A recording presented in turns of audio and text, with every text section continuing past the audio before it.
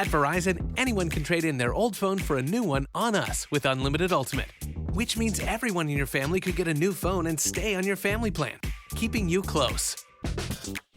Hey, Mom, you seen my toothbrush? Yeah, I'm almost done with it. Oh, maybe too close. Trade in and additional terms apply. See Verizon.com for details.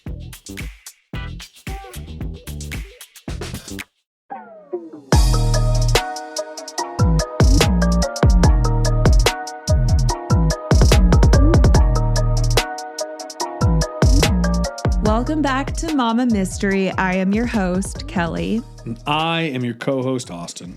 And today's episode is going to be really different because it's literally unlike anything we've done before. This is not going to be a Mama Minute where we just talk about like, oh, la-di-da life stuff.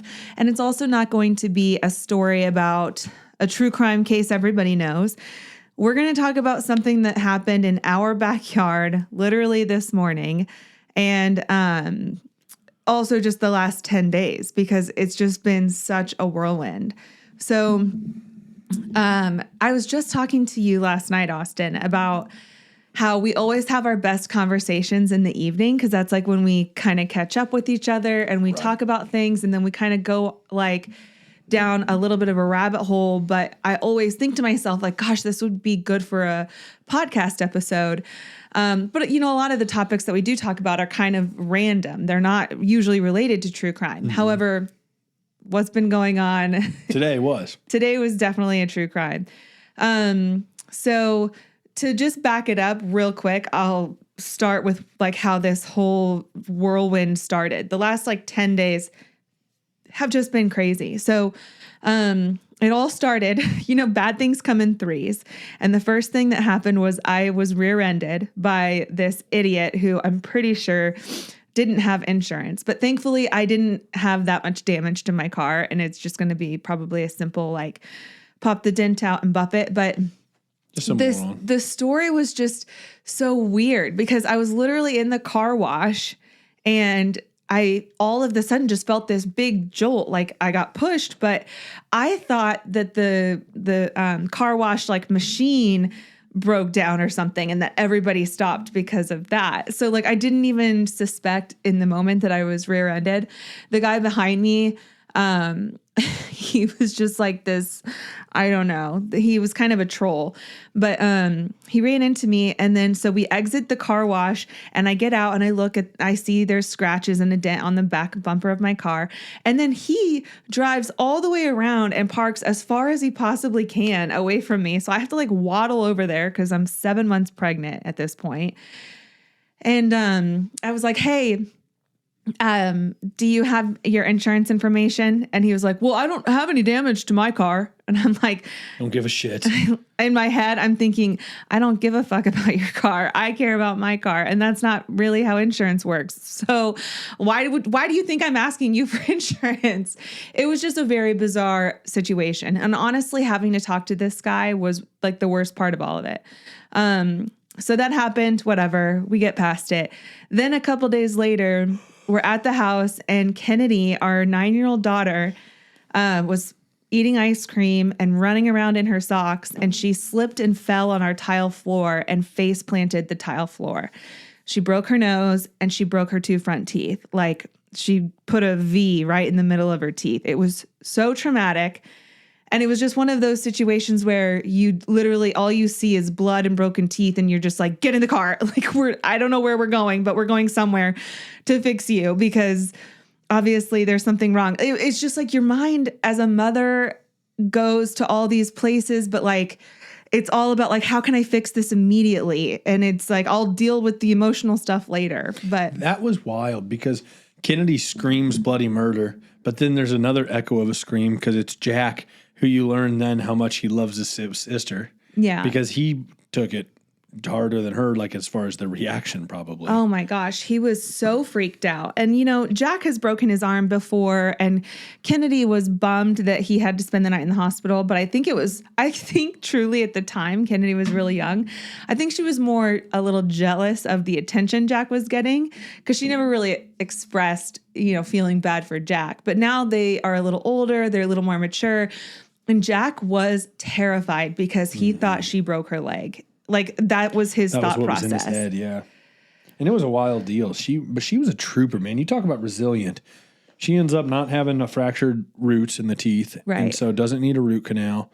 And no, we don't need implants. She'll probably eventually have to get crowns. But I'm very thankful for our dentist, Caitlin, who got her in immediately that night and checked her out just to make sure that everything was okay. Gave her an antibiotic. Built her up the next day, got a CAT scan on her face too to check out her nose. It was a lot. And that happened last week. It's crazy, the motherly instinct, because I run upstairs. I saw Kelly. Kelly was, tending to her, and we both had just showed up there in the corner of the hallway at the same time. And it was just, I say motherly. It was a motherly instinct for sure, but I had the instinct too. It's just, the thought we had was immediately, Kelly said, we have to go. Once I heard you say that, I carried her to the car. We put her in the car, and I thought it was interesting how she's in the car, and we have no idea where she's going. Like, worst case scenario, we're going to ER, but we have friends we can call, which I'm very grateful for. Mm-hmm. And so you start calling these people, and it's like, I don't know. It's just wild how to think, okay, go get in the car. I don't even know where we're going yet, but we know we're going somewhere. Yeah. And then Kennedy's like, well, what about August, our 2-year-old who's still in the house? And I'm like, shit, I better stay. And I was like, I'm taking her.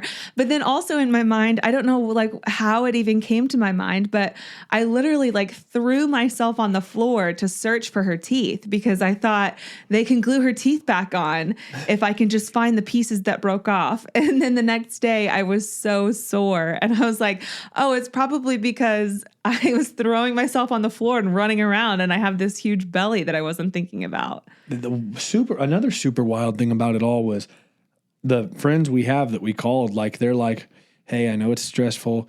Check her teeth like this, check her nose like this. And they're like, hey, this isn't bad. This happens all the time. And it's like, man, I can't fathom being a doctor or somebody with a degree like that that's around that all the time and can pause and just say, oh, this isn't that bad. It's like, what? Right? I had to pull over and take a picture of her to send it to our oral surgeon friend. When I took the picture, I was like, I'm pretty sure her nose is broken, Adam. And Kennedy's like, my nose is broken. And I'm like, well, yeah, girl, it's flat and wide and blue. And it's instantly swelling. I knew it was broken. But I sent him the picture. I had to pull over and take this picture. And, he was like, okay, so it doesn't look that bad. I ended up having to delete the picture off my phone because I couldn't even look at it. But he was like, it's not that bad, believe it or not. But when it's your kid though, and all you see is blood and swelling and broken teeth, it's like, holy shit, you flip the F out. Yeah. Yeah. And that's what I did. But she's fine though. And then we get home and she's like, Jack, it's fine. I just look funny because Jack was afraid to look at her and scared to death to see her teeth, which it scares me too.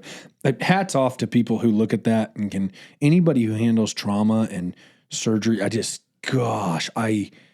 It's like I can feel the pain coming through my teeth seeing it it's so strange. Yeah. So I know we're talking to a bunch of listeners who don't know us personally really that well, but when I was 9, some of you might know this story, but when I was 9, I fell off of a high dive. And Kennedy's 9. And Kennedy's 9. So the irony here is not lost on me. But I was at a community pool up the street from my house, and my sister and brother and we would often just walk up there in the summer while our parents were at work. So literally we're at the pool by ourselves. And I got up on the top of the high dive and I turned around to talk to whoever was behind me in line. And I guess when I turned back around, my foot slipped off the top of the board. And then I fell between the board and the bars 10 feet down to the concrete below. Mm-hmm. So I broke my jaw because I landed on my chin. I don't know how I didn't break my neck or die, but landed on my chin, broke a lot of teeth.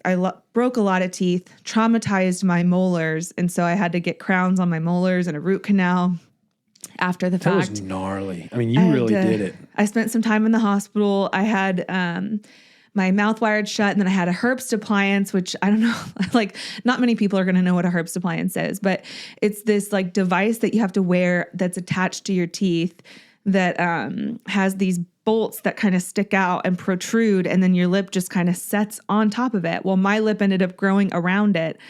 And so they had to laser my lip off. It was just like Murphy's Law, like anything that could go wrong seemed to be going wrong. But I made it out just fine. But now I have like dental anxiety. So when I see Kennedy, rightfully so. When I see my daughter, my baby, who's also 9, screaming blood and teeth, and I'm just like, no, this can't be happening. But it also made me think about what my parents went through, because not to minimize what happened to Kennedy, but like what I went through was way worse. And I can't imagine the fear that they felt knowing the fear I felt seeing Kennedy. But anyway, it's just crazy. When you become a parent, I think it really humanizes your own parents, and you realize just how human your own parents are once you have kids. And you learn that like, as you're a parent and like just as you get older, you start to learn that like everything in life, we're all just winging it. Yeah. Doing the best we can. We don't all know shit. And so everybody thinks like when you're younger, you think like, oh, parents know exactly what's up. Yeah. When you're 30, you know everything. Or you think when you get to be older, you're like, oh, they're 50. They know. It's like, no.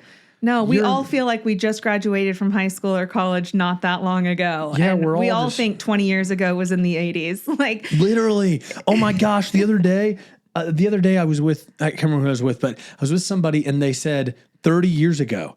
Well, 30 years ago in my head, I was thinking 1970s. Oh my God, I can't think about it. I was thinking 1970s. I know. And then 30 years ago, I'm like, oh shit, I'm 31. Mm-hmm. I was 7 or 6. So the 30 years ago is 90s. God. Like something like in the other day, I was talking to somebody about the steroid era of baseball, which is like the late 90s into the early 2000s. And I was thinking, gosh, steroid era. And I'm like, oh my God, that's 25 years ago. And time is weird. Time flies. And when you really think about how much time passes, it gets really weird. But yeah, like you said about being parents, like you realize how human your parents are, but also I feel like, because I had a mom who was addicted and like made some really poor choices. And now that I'm a mom about to have number 4, I still can't really wrap my head around some of the choices that she made. And I thought I would have more grace because like after I had kids, but actually it kind of turned me the other way to be like, gosh, man, how could you do that? How could you make those choices? Mm-hmm. So that's kind of the flip side of the coin, is like realizing how human they are, but also being disappointed in that realization sometimes. Yeah. Anyway, that's like a total side tangent. No, it's good. It's good stuff though. Yeah. So we're going to take a really quick break, and then we're going to talk about what happened this morning, because it's a lot. Yeah. So a few weeks ago, Austin took me on a quick little surprise trip to Cancun, and it was so dreamy and beautiful and relaxing. But truly one of my favorite parts, literally, was practicing my Spanish while I was there. And I know it sounds totally nerdy, and I will own that, but I have been teaching myself Spanish for a bit now. And even my son, my 10-year-old son, and I are learning together because he's interested too. So not only is it this huge confidence booster to be able to communicate in 2 languages, but I also felt like speaking to someone in their native language was an extra little sprinkle of respect for them, and that just felt really good. There's even a child in my son's class who speaks exclusively Spanish, and so the thought of my son learning so that he can try and talk to her and make her feel welcome in the classroom just really warms my heart. And my son and I are able to learn directly from this app on our phone. We have lessons literally in the palm of our hand with Rosetta Stone. Rosetta Stone is the most trusted language learning program. You can use it on your computer, your tablet, or your phone, and it truly immerses you in the language you want to learn. Rosetta Stone has been a trusted expert for 30 years now, with millions of users and 25 languages offered. There's Spanish, French, Chinese, Korean, Italian. I mean, the list goes on. And the way it teaches you is truly immersive. It's thought-provoking and allows you to pick up the language naturally, first with words, then phrases, and then sentences, because it's designed for long-term retention. And there's even a feature that gives you feedback on your pronunciation. So unlike that grandma in Napoleon Dynamite, you'll be saying quesadilla the right way. So don't put off learning that language that you've been wanting to learn. There is no better time than right now to get started, because for a very limited time, Mama Mystery listeners can get Rosetta Stone's lifetime membership for 50% off. Visit rosettastone.com/mama. That is 50% off unlimited access to 25 language courses for the rest of your life. Redeem your 50% off at rosettastone.com/mama today.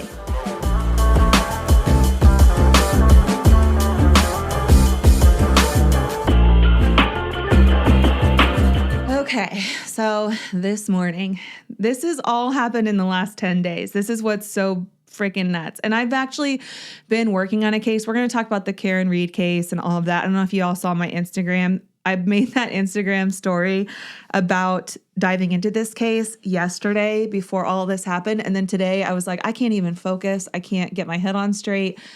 We just got to talk conversationally. Yeah. So this morning we had... I'm going to say our contractor. So we have a contractor, but a great friend of ours. He's like family. And his name's Keith. And so Keith was over, and he wasn't supposed to be here, but he happened to be here to replace a toilet in our master bathroom. And then he ended up going down to our pool house to get a shop vac. And in doing so, I'm upstairs. Our son's on the couch. The 2-year-old. Or a 2-year-old, yeah. Kelly's working, and Keith comes running in screaming my name. And like, if you know Keith, like Keith doesn't scream. I've never heard him scream. Yeah, but you could tell something was bad. And I ran out to where he was, and he said, somebody's in your effing pool house. And I'm like, okay. And so this is crazy, because like now it's easier to look at all of this and talk about it hindsight. But with zero hesitation, I ran, and he's normally armed all the time. For some reason, he didn't have his gun on him today. And so I didn't ask him. Like I was thinking about this after the fact, and me and Keith talked. I didn't ask him, how do you know? Did you see somebody? My gut reaction and Keith's gut reaction, I ran and got a shotgun, handed it to him, then ran to get another gun for myself and get 911 on the phone. And that was just your instinct. Like, yeah. And like we talked about that, because I have other friends that they wouldn't be the person I would choose to be with me for that situation if I could choose. Yeah. They're just not that person. But Keith and I, like, that was our instinct. Like, in my opinion, the role of a male in a household is to protect and to provide.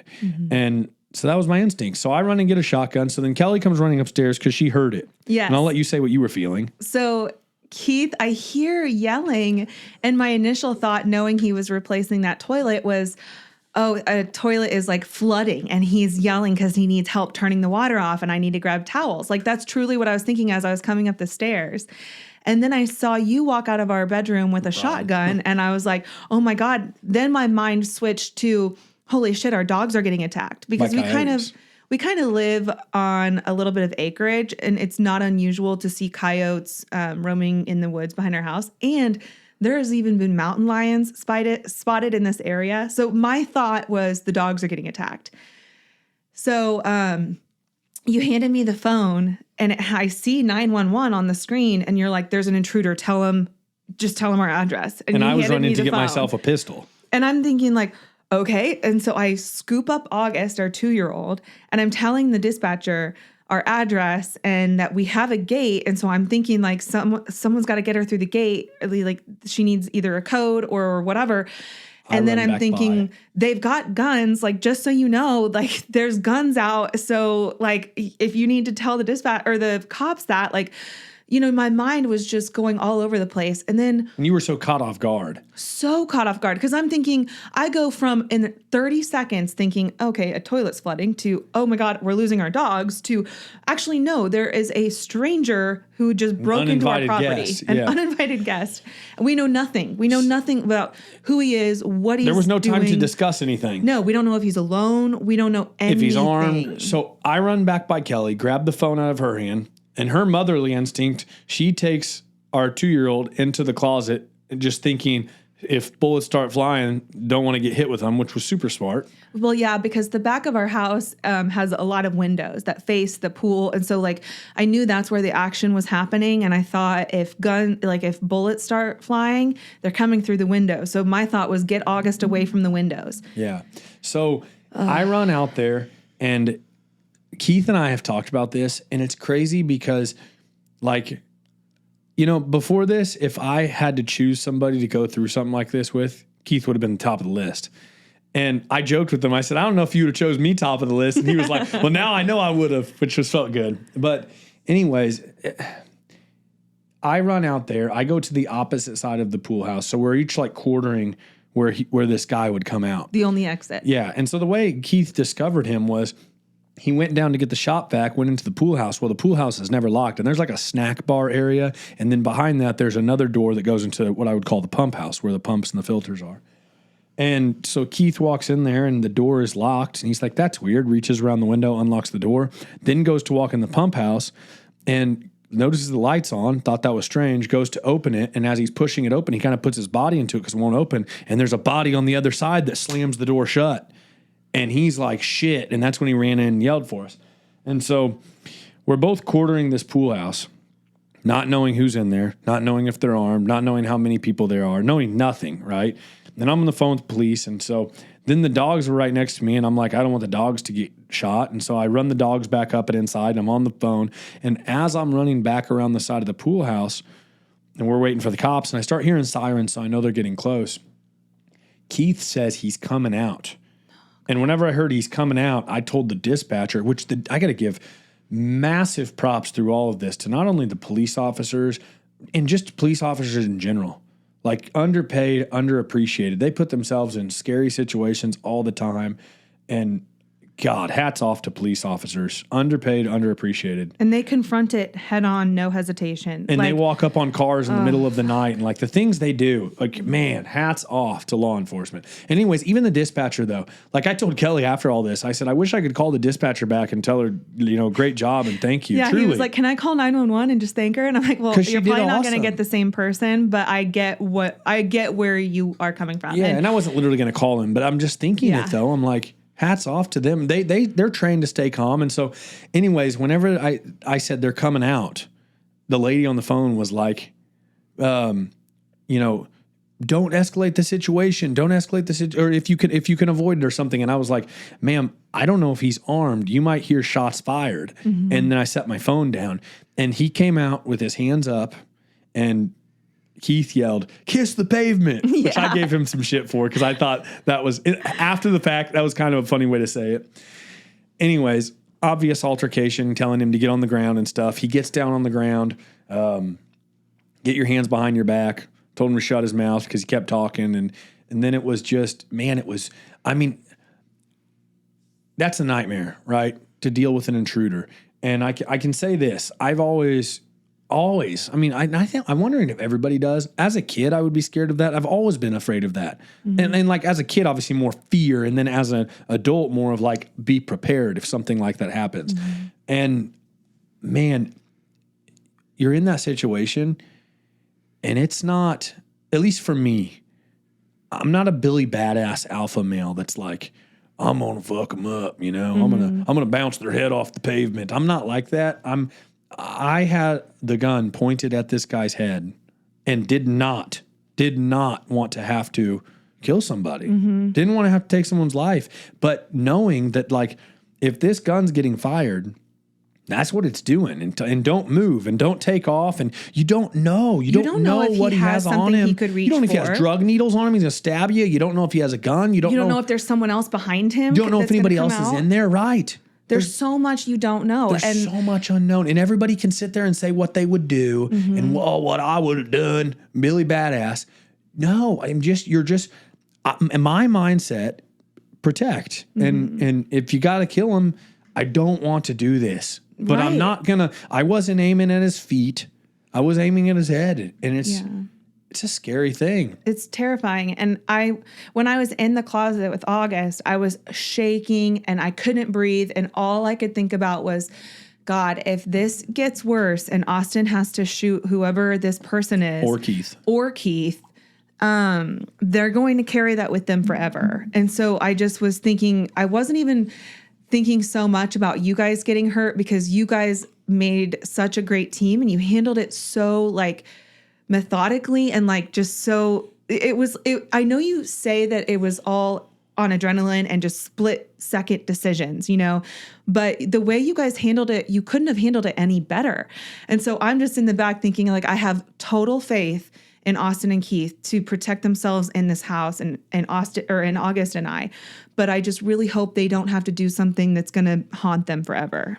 Yeah. And on that same point, like, you know, and I'm grateful to say this, the way it all played out, like Keith and I, we talked on the phone and it was like, we didn't have like Keith made a joke. He goes, dude, it's almost like we'd been trained or something. Everything we did was a natural gut instinct. And I'm proud to say that. And I'm grateful to say that. But like, even coming at it, like when we were talking, I ran around the backside of the pool house and we were both quartering from different angles. That wasn't talked about. We didn't go, you go over there, I'll go over. We were 100% just in sync. Mm-hmm. I had his back, he had mine, and we were trying to just protect. And it was crazy. So the guy ends up, the cops show up shortly after, and cops, again, hats off to him. You know, one of them that showed up, I knew him, great guy. He ends up getting him in cuffs, recognized him, which this is kind of another topic, but just recognized the guy because he's a frequent flyer. And so sits him down. Then they search the pool house, and I don't say this to be Billy Badass, but I'll say it because this is my natural reaction. I told the guy, if you come back here again, you will not leave. Like, you're not, because if you come back here again, you really have a death wish. Like, really think about that. If you have any qualms with what I just said, really think about the fact that if this guy were to come back to this house again, when he claims, I guess I haven't said this, he claims that he was just there for shelter for overnight to stay warm. And I believe it. I mean, it's crazy to say I believe the guy. Mm-hmm. I don't trust him, but like, I do think he was just looking for somewhere warm. He said he ducked a wooden fence and he saw it and he went in there and he had plugged in these work lights. You could tell he was trying to probably get some heat off of those. And the whole thing was like, that person, that just like you say on all these episodes, it's a human. And that's a human. And that's a really sad freaking thing that's what that guy's life is. And because you have to know it's in somewhere in your brain that there's a chance you could get caught doing this really bad thing. And the way the world is right now, like, you have to expect that you could get a gun pulled in your face. Mm-hmm. Because how are we supposed to know in that moment when we find you in our pool house and you're slamming the door against us because you don't want to be found? Like, what option do you give us? My first instinct isn't going to be, oh, could he use some water? Can I go get him anything? Right. No, it's going to be, what the fuck? And get everybody safe, because you don't know. I have a true crime podcast. Like, talk about picking the worst possible house. But I've got this mindset of like, you can't trust anybody. And come to find out, this wasn't even the first place that he tried to break into last night. There was multiple people who live near us who sent me messages saying, we caught this guy on our Ring camera. At least 3 different people have come out saying, yeah, he was poking around our backyard. Another person said he was poking around their driveway and like going through their property. And then another person said they have him on Ring camera trying to I didn't know that. Open their door to their house, and then like throwing his fist up and yelling when nobody came to the door, and they don't know who he was. So I didn't know that. Like, your first instinct has to be, this guy could be dangerous. Mm-hmm. Act appropriately. Yeah, you don't roll up and ask them if they need something. No. And it's so Man, I'm grateful for the whole thing, the way the whole thing worked out. Grateful we don't have to live with anything and that wasn't more serious. But Yeah, nobody got hurt. But holy shit. I'll say this. This is the first political statement I've ever made on this podcast. I wonder if you're going to delete it.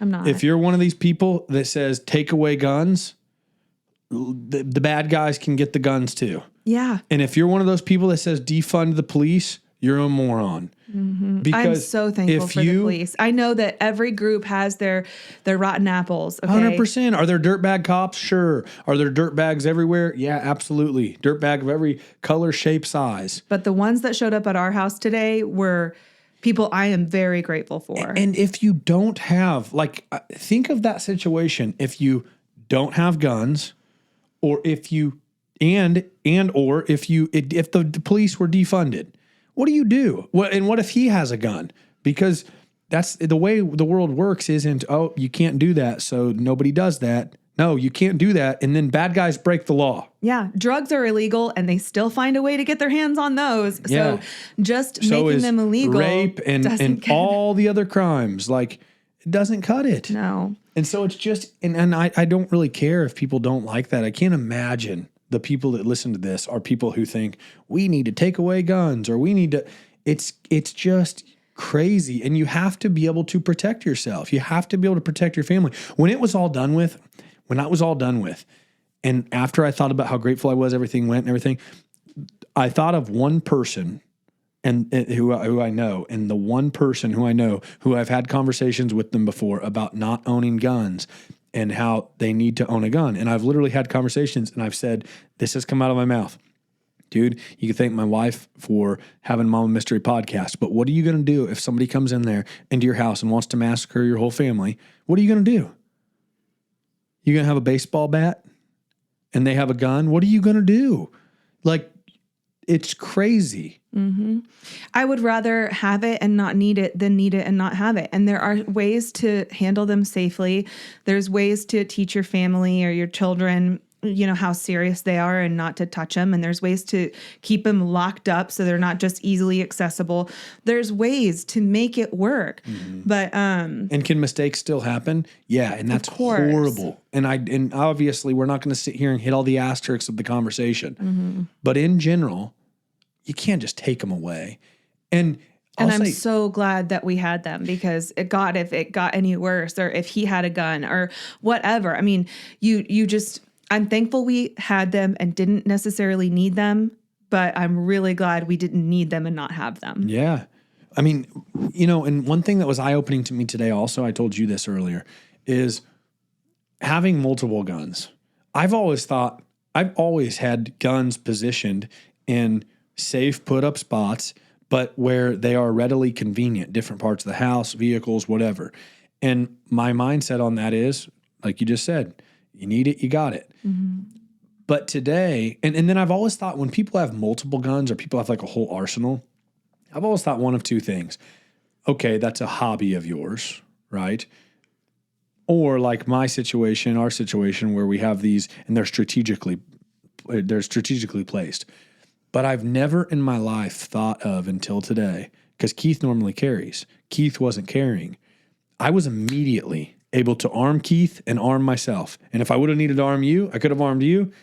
And we could have armed 5, 6, 7, 8, 10 people, right?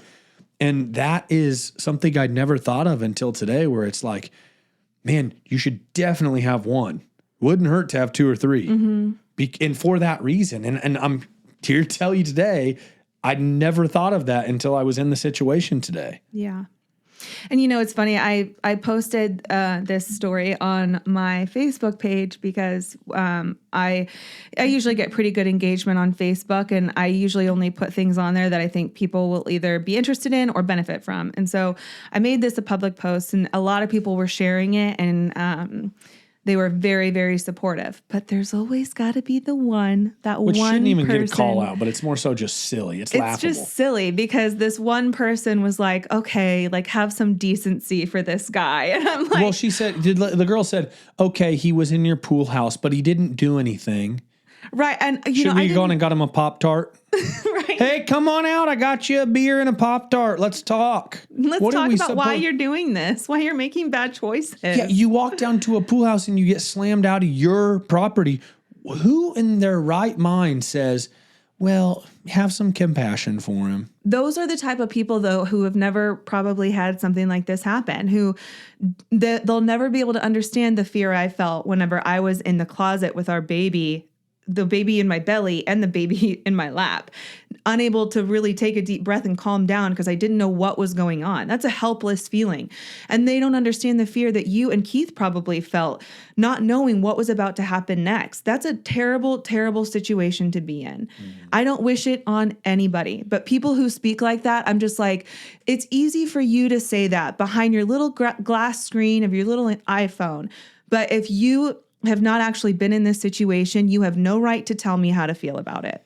The weird thing is, though, so I agree with you, obviously, but here's where I'll say I'll go a step further.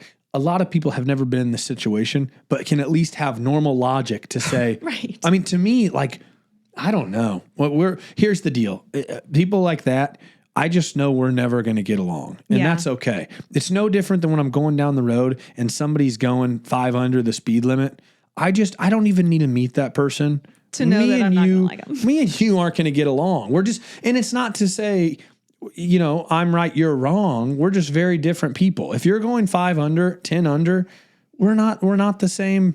We got different risk thresholds. We got different values. We just different. And that's okay. Different. That's okay. We can be different, but you're not my friend if you go 10 under the speed limit. Yeah. And I'm just going to pass you and get on with my life. And you can leave your comment and I'm just going to get on with my life, because people like you, I just feel like people like that who make comments like that, who have to be different and go against the grain. Mm-hmm. It's almost like this pick me kind of attitude. It's like, it's within the realm of pick me girl, but it's this altruistic, holier than thou type of perception to be like, well, let's all love each other and have compassion for this criminal. And it's like, do you have any compassion for me and like my family and what we just went through? Because it could, and if it were worse, like, yeah, thank God nobody got hurt, but like, we don't know what kind of damage he did and could have done in that moment, you know? And like, you can align exactly. Like, here's the deal. I'll speak for both of us when I say this because I think we're both very aligned. You tell me if I'm wrong. Like, is there a place in the corner of my heart where I look at that guy and I'm like, it's sad.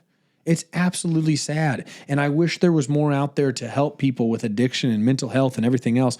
I wish that was the case.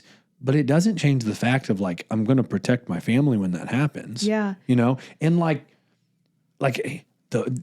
that's a whole nother topic, but like, man, mental health and all of the shit people out there and the lack of housing and the problems are endless. And like, you want to know a root of something that I don't know how you ever fix it, but if you want to be really intrigued, look up, and I'm going to pull my phone out right now and do it while I talk. If you want to be really intrigued, start researching world population and how much world population and U.S. population has. We'll look up the U.S. since that's us, right? The U.S., okay, there's 333 million people in the USA, okay? But if you go back to 1950, in 1950 there was 158 million. Go back further to 1920. There was 106 million, okay? U.S. population projection, okay, and this is like crazy interesting. U.S. population projection 2100. Okay, so in 80 years, which isn't like crazy. 80 years ago, there was 150 million. Now there's 330. In 2100, there's going to be, in 2080, hitting around 370 million. By 2100, it's going to increase again. I can't find it right here off the cuff. But my whole point is like the overpopulation of the world. And I don't know how you fix that, but is that not a factor? Like, there's only so much land and there's only so much housing. And so you get where I'm going with this? Yeah. I mean, at some point, our resources are going to be very overwhelmed and they already insufficient. And it's already starting to feel that way. And so you have to, at some point take things into your own hands when something like this happens to protect yourself. And like you said, like I have compassion too for people in shitty situations. And I always think my mind, when I see someone that's like clearly addicted to meth, like this guy was, or like homeless people, even just in general, I think they were a baby once. They were wrapped in a swaddle once. They had a mother and a father, and I don't know what their involvement was, but I think, you know, kids don't have a choice on who they're born to or what kind of lifestyle or situation they're born into. I do think about that, and I have sympathy for that. I just wish that those circumstances didn't have to have this contagious effect where it seeps in like a cancer to other people's lives and it hurts other people. I wish there was more resources to redirect and, you know, get people to choose a different path. But this guy in particular, just this one guy, has a record. He's got a lot of them do though. Oh, for sure. But what I'm saying is that what he's doing, what he did to us, is a habitual thing. He's done it before. He's been arrested. He's, you know, burnt a lot of bridges from what I've heard. And so at some point, my compassion stops when your courtesy and your decency invades my space and affects me and my family. 100%. Then I'm like, I don't have compassion for you anymore. If I would have seen you anywhere else, if I would have seen you curled up in a bus stop or something and using that to get warm, then or going anywhere else, there's other places that don't involve invading someone's personal property. It's too close to home. It's just too close. Yeah, you're literally in my backyard. You're literally walking around my property when I'm asleep and my kids are asleep. That does not set well with me. It's weird. Yeah, it's man, freaking strange. The whole thing's strange. People should have guns. You should get guns. If you're a good person and you don't have a gun, you should for sure get a gun. And if you think that this isn't going to happen to you, I'm telling you right now, it can. And it very well might. It happened to us. So I don't know. Let this be your sign. You know, I was talking to one of my best friends earlier and I was like, I don't want anyone to hear this and be like, yeah, I've been thinking about getting cameras, or I've been thinking about getting an alarm system, or I've been thinking about getting a gun. But I just, you know, don't wait until it happens and you need it, but you don't have it. Like, act now. Let this be your sign that somebody you know personally, you guys know us, you've listened to us for a while. It happened to us, of all people. Like, just take that for what you will and protect yourself, or have a plan to protect yourself, if anything. Yeah. Anyway. I think off the topic of this, okay, but just in general, having plans, I think, is really important. I think that, like, you know, have a plan if the grid goes down. Talk to your family and say, if communications go down and we don't hear from each other by blank time, everybody meet here. You know, do things like that. Like, get your house in order. Yeah, you have a plan in place if there's a fire. You have a plan in place if there's a tornado. You have plans in place for other disasters. Why not these? These disasters are just as dangerous. Yeah, for sure. But we're grateful. We're all okay. We win the lottery. We woke up today. Yeah. Everything was good. We wake up tomorrow. Blood pressure's we won the a little lottery elevated. Again. My doctor was like, yeah, it's elevated, but considering your morning, I think that's probably expected. Yeah. I'm like, can I get a little Xanax? No, you can't take Xanax when you're pregnant, apparently, but that's okay. I've got a good husband that keeps me calm. That's right. I love you. I'm grateful for you. And I'm grateful for your protection and your bravery, you and Keith. And I'm just so thankful for everything. I love you. Well, that was our life update. So until next time, Mama, Mystery, out. Out. Bye.